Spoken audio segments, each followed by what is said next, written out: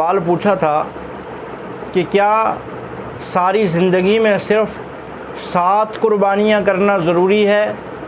جب 7 قربانیاں پوری ہو جائیں تو کیا ہم اس کے بعد قربانی نہ بھی کریں تو بھی ٹھیک ہے؟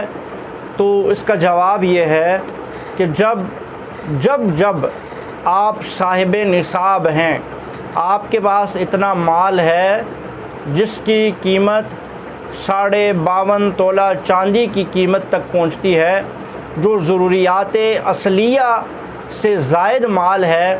ضروریات اصلیہ کیا ہے؟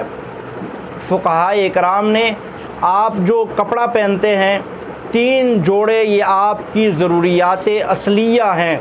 3 جوڑوں سے زائد جو آپ کے پاس کپڑے ہیں ان کی قیمت بھی لگائی جائے گی۔ اسی طرح ایک مکان آپ کے پاس ضرورت اصلیہ ہے، 1 سے زائد جو آپ کے پاس مکان ہیں ان کی قیمت بھی لگائی جائے گی۔ ایک گاڑی آپ کے پاس ضرورت اصلیہ ہے، 1 سے زائد جو آپ کے پاس ہے جو کبھی کبھی استعمال ہوتی ہے، ضرورت نہیں ہے، تو اس پر بھی قربانی ہے، اس کو بھی شامل کیا جائے گا۔ اسی طرح گھر میں آپ کے پاس ڈنر سیٹ ہے جن کے بغیر آپ کو گزارا چلتا ہے، سال میں 1 2 4 5 دفعہ استعمال ہوتے ہیں، ویسے عام روٹین میں وہ استعمال نہیں ہوتے، تو ان کی قیمت بھی لگائی جائے گی۔ گھروں میں ڈش، ٹی وی اور بڑی بڑی LCD لگی ہوتی ہیں، وہ بھی ضروریات اصلیہ سے زائد ہیں، ان کی قیمت کو بھی بیچ میں لگایا جائے گا۔ تو اس طرح سے آپ ان ساری چیزوں کو اکٹھا کر کے ان کی قیمت لگائیں گے۔ اگر وہ 52.5 تولہ چاندی کی قیمت سے زائد ہے تو آپ پر قربانی واجب ہے، آپ کو قربانی کرنی پڑے گی۔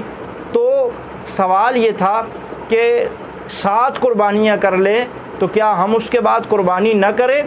تو آپ یہ سن لیجئے کہ 7 قربانیاں کرنا یہ ضروری نہیں ہے، بلکہ جب آپ صاحب نصاب بنیں گے، جب آپ کے پاس 52.5 تولہ چاندی کے بقدر مالیت کا ضروریات اصلیہ سے زائد ساز و سامان یا پیسے یا کوئی بھی اس طرح کی چیز ہوگی تو آپ پر قربانی واجب ہوگی۔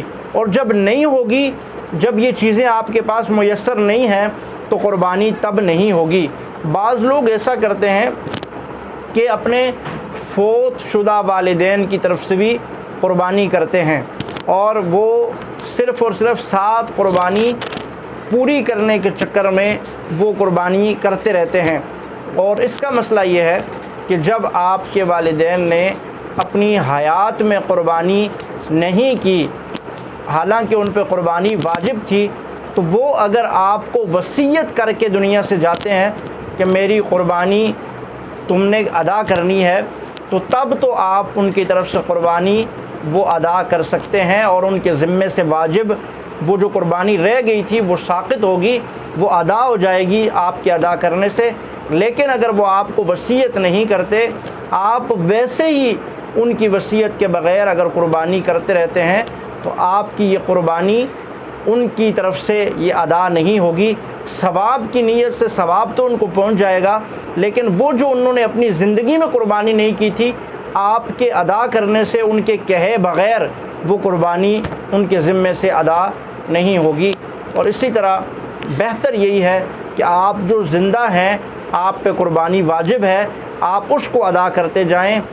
بعض لوگ اپنے والدین زندہ ہوتے ہیں ان کی طرف سے ادا کرتے ہیں اور اپنی قربانیاں نہیں کرتے، حالانکہ اپنے اوپر واجب ہوتی ہے، اپنے پاس مال و دولت بھی ہوتا ہے، نصاب کا جو مال ہے وہ بھی ہوتا ہے، صاحب نصاب ہوتے ہیں، اپنی طرف سے قربانی نہیں کرتے، والدین کی طرف سے کرتے ہیں جو صاحب نصاب ہی نہیں ہوتے، تو یہ قربانی اس طرح کرنا بھی درست نہیں ہے۔ بہتر یہ ہے کہ آپ پہ قربانی واجب ہے، آپ اپنی واجب قربانی ادا کریں۔ والدین جن کے پاس وہ مال ہی نہیں ہے، وہ صاحب نصاب ہی نہیں ہے، تو ان کی طرف سے قربانی کرنا ثواب تو ہوگا، لیکن وہ واجب آپ کا تو باقی رہ جائے گا۔ اس لیے جس پہ قربانی واجب ہو تو اس کو چاہیے وہ واجب قربانی ادا کرے۔ والدین زندہ یا فوت شدہ ان کی طرف سے قربانی ادا کرے گا تو یہ واجب ادا نہیں ہو رہا، صرف ثواب ہو رہا ہے۔ تو بہتر یہ ہے کہ آپ اپنی واجب قربانی اس کو ادا کرے اگر آپ صاحب نصاب ہیں۔